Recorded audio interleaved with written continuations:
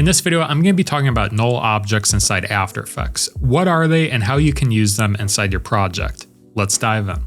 So to get started, I have Adobe After Effects open, and I think to first really understand the power of null objects, you really need to understand what parenting is. So if you don't know, you can parent different layers to other layers inside Adobe After Effects. What this essentially does is when you parent an object to another object, it will follow the parent object. Let me show you how this works. So if we select our first shape layer here and we parent this layer to the layer that's next to it, it will follow this layer when we change its properties. So to parent a layer to another layer, what you can easily do is select your layer inside the timeline panel, and under Parent and Link, you can click on the drop down and choose the other layer that you'd like to parent it to. This layer then becomes the child of this parent layer. If you don't see Parent and Link, you can always right click, go to Columns, and choose Parent and Link. Now you can also parent and link layers by using the swirly icon known as the pick whip tool. You can click and drag this to the other layer to parent this layer to that layer. But once you have a layer parented to the other layer, you can see what happens. If we click P on our keyboard to bring up position and we start changing the different properties here, you can see that layer 2 follows layer 1.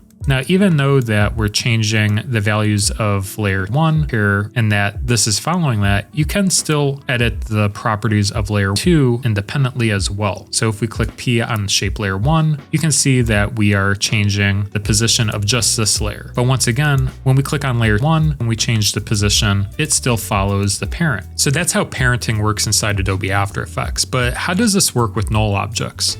Well, essentially what a null object is inside After Effects is an invisible layer that you can use to control different layers inside After Effects. So for example here, I'm going to unselect and choose none for the parenting options for this first layer here. And to create a new null object, you can go up to Layer, New, Null Object. And you can see we have a new object here. It's completely invisible. If we solo this layer here, nothing's really visible in our timeline. It's an invisible layer that you can use to parent other layers together. Like I mentioned, it's used for controlling other layers. So I'm going to unsolo this null object for now. And what we can do is use this null object as the parent. So we can select all of our other layers here and use our pick whip tool to parent these two layers to the null object. Now when we click P on the null object, it will follow when we move the null object around. This not only works just for position, but for the other properties as well. If we choose scale, we can scale up and down and change our position and different parameters of the null object. And no matter what we do, it will always follow the null object. Now you might be wondering why use a null object when you're inside After Effects. Why not just parent it to another layer?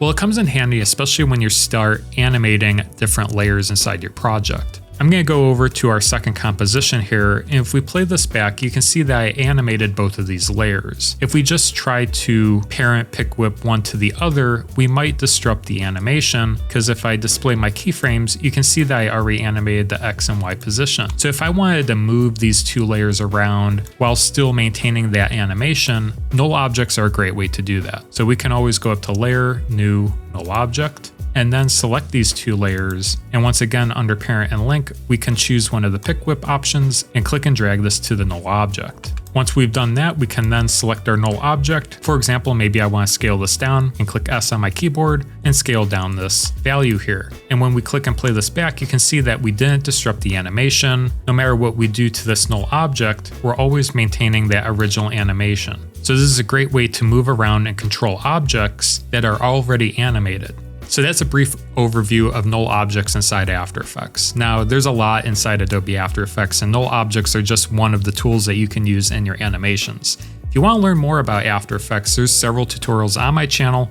Feel free to subscribe and check this video out that I linked right up there for you. You might enjoy that one as well. But that does it for this video. We'll see you guys in the next one. Take care.